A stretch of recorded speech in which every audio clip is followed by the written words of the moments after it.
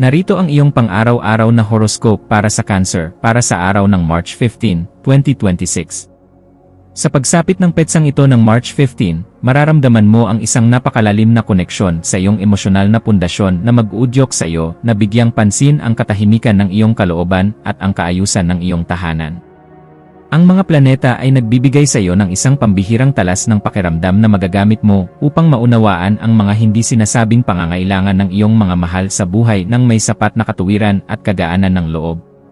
Huwag kang matakot na magpadala sa agos ng iyong damdamin ngayong maghapon dahil ang kislap ng iyong malasakit ay magsisilbing matibay na sandigan para sa mga taong naghahanap ng kalinga at tunay na pag-unawa sa kanilang sariling mga landas sa bawat oras. Pagdating sa iyong karera at mga tungkulin sa trabaho, ang araw na ito ay naghahandog ng isang napakahalagang pagkakataon kung saan ang iyong husay sa pag-aalaga ng mga relasyon sa loob ng opisina at ang iyong mabusising paraan ng pagtapos ng mga gawain ay lubos na mapapansin ng iyong mga kasamahan.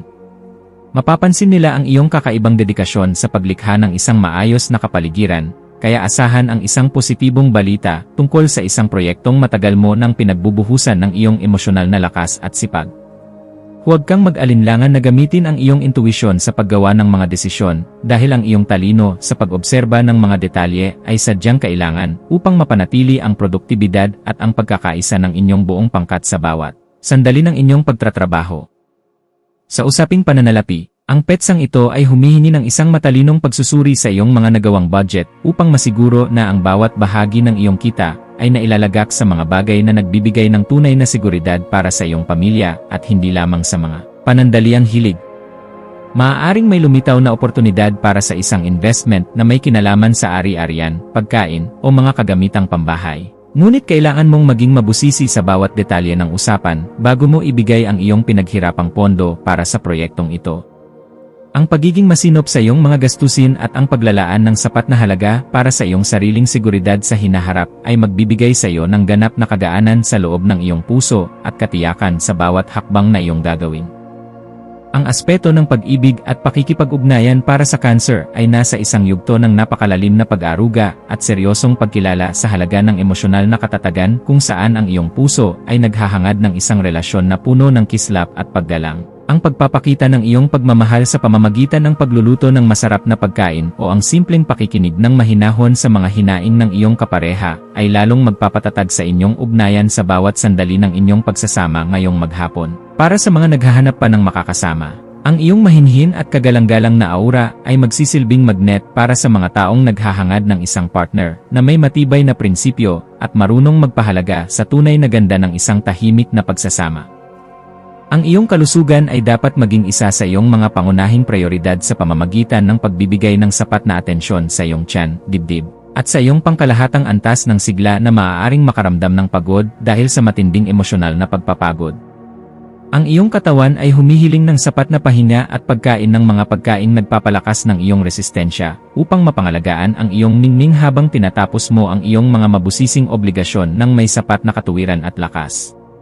Ang pagsasagawa ng mga ehersisyong nagpapakalma sa iyong sistema o ang simpleng pagninilay-nilay sa isang tahimik na lugar na malapit sa tubig ay makakatulong upang mailabas ang mga negatibong vibes at mapalitan ito ng sariwang inspirasyon na magpapabuti sa iyong buong pakiramdam. Sa iyong pakikipagkapwa-tao, ang iyong papel bilang isang matalinong tagapayo na laging may malalim na malasakit ay magiging sentro ng atensyon, lalo na sa mga taong nangangailangan ng iyong mabusising pananaw upang maresolba ang kanilang sariling mga komplikadong suliranin. May isang kaibigan o malapit na kasama na maaaring lumapit sa iyo upang humingi ng tulong tungkol sa kung paano magiging mas malakas ang loob sa gitna ng pagsubok, at ang iyong mga salita ay magsisilbing gabay na mahalaga upang mahanap nila ang tamang landas.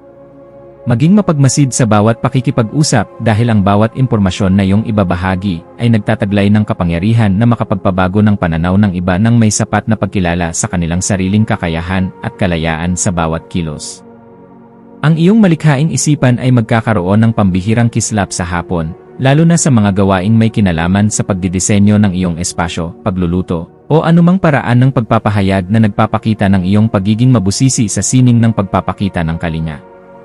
Huwag mong limitahan ang iyong sarili sa mga nakasanayang paraan lamang. Bagkus ay subukan ang mga makabagong estilo na magpapakita ng iyong galing habang pinapanatili ang kalidad at dangal ng iyong mga gawa para sa iyong sariling kaganapan at tagumpay.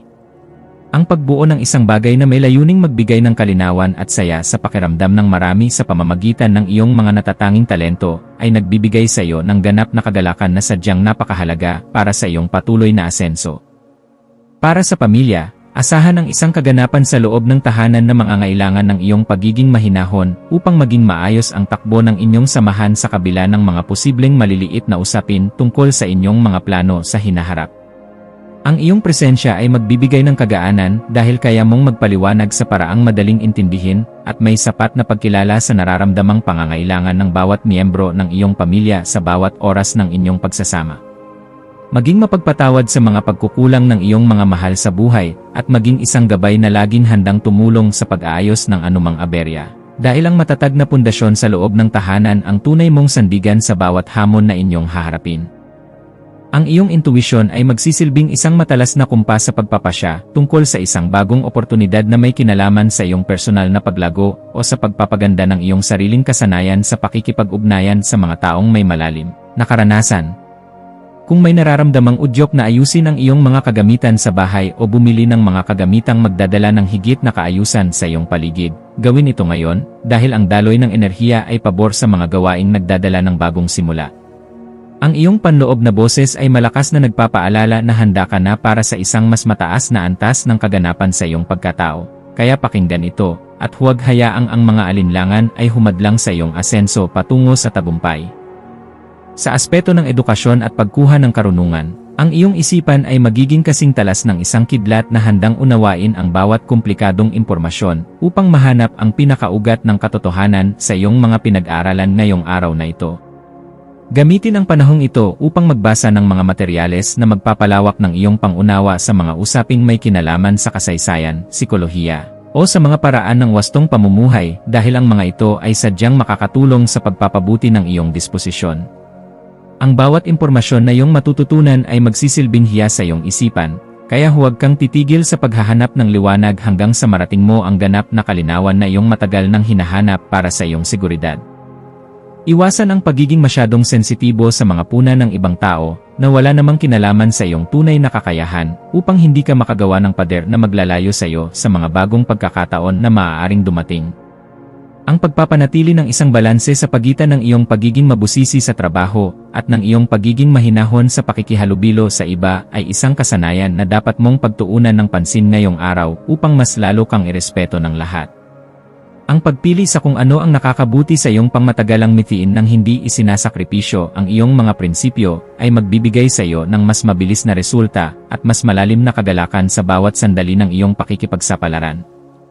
Ang iyong espiritual na aspeto ay nangangailangan din ng pagkalinga sa pamamagitan ng paghahanap ng sandali ng katahimikan sa gitna ng iyong abalang schedule upang muling makakonekta sa iyong panloob na lakas na nagbibigay ng direksyon sa iyong buhay. Ang pagninilay-nilay tungkol sa iyong mga tunay na hangarin para sa isang makabuluhang pamumuhay na puno ng kislap ng katotohanan ay magbibigay sa iyo ng sagot kung bakit kailangan mong maging matatag at kung paano mo magagamit ang iyong talino para sa kabutihan. Ang pagpapasalamat sa bawat biyaya, maliit man o malaki, na iyong natatanggap ay magbubukas ng pinto para sa mas marami pang milagro, kaya panatilihin ang iyong integridad at ang iyong pagiging marangal sa lahat ng pagkakataon na ibinibigay sa iyo.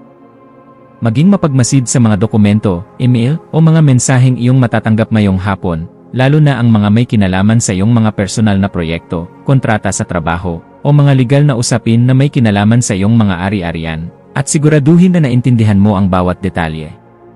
Ang paghingi ng payo sa mga taong may sapat na karanasan sa iyong larangan o sa iyong mga mentor ay isang matalinong hakbang na dapat mong gawin upang maprotektahan ang iyong mga interes at ang iyong pinaghirapan sa loob ng mahabang panahon. Ang pag-iingat sa ganitong mga usapin ay magbibigay sa iyo ng kapanatagan na ang iyong mga hakbang ay nasa loob ng katuwiran at hindi ka malalagay sa alanganin dahil lamang sa kakulangan sa mabusising pagsusuri. Sa pagdating ng gabi, maglaan ng oras upang ayusin ang iyong kapaligiran at ang iyong isip sa pamamagitan ng paggawa ng mga bagay na nagpapakalma sa iyong sistema gaya ng pagliligpit ng iyong mga kagamitan o ang pag-aayos ng iyong kwarto para sa isang mahimbing na pahinga. Ang kaayusan sa iyong kapaligiran ay direktang nakakaapekto sa iyong pakiramdam. Kaya ang pagliligpit ng iyong mga kagamitan at ang pag-aayos ng iyong paligid ay makakatulong upang maalis ang mga tensyon sa iyong isipan na dulot ng sobrang pagpapakapagod sa maghapon. Ang pagpapasalamat sa bawat tagumpay na iyong nakamit sa araw na ito ay magpapanatili sa iyong positibong disposisyon, na siyang magsisilbing magnet para sa mas magagandang balita na darating sa iyong pintuan bukas para sa iyong patuloy na ikaunlad. Bilang huling payo para sa iyo, laging tandaan na ang tunay na lakas ay matatagpuan sa pagkakaroon ng isang mapayapang puso na laging handang umunawa sa sarili at sa ibang tao nang may sapat na pagmamahal sa bawat sandali ng iyong pagkilos. Manatiling nakatutok sa iyong sariling landas habang nagpapakita ng malasakit sa mga taong nasa paligid mo, dahil ang kaganapan ng iyong pagkatao ay matatagpuan sa pagbabahagi ng iyong liwanag ng may dangal sa lahat ng pagkakataon na ibinibigay sa iyo. Hayaang ang liwanag ng karunungan ang maging gabay mo sa pagtahak sa daan ng iyong mga adhikain, at maniwala ka na sa bawat pagsusumikap mo na magpakita ng kabutihan, mayroong magandang bukas na naghihintay para sa iyo sa bawat sandali ng iyong buhay. Ang iyong mga maswerteng numero para sa araw na ito ay 4, 7, at 19. Ang iyong maswerteng kulay ay pilak o puti na sumisimbolo sa kalinisan at emosyonal na kagaanan. At ang maswerteng gawain para sa araw na ito ay ang pagluluto ng paborito mong ulam, ang mabusising pag-aayos ng mga litrato ng pamilya, o ang pagbisita sa isang lugar na malapit sa kalikasan upang muling mahanap ang iyong kagalakan at sigla sa buhay.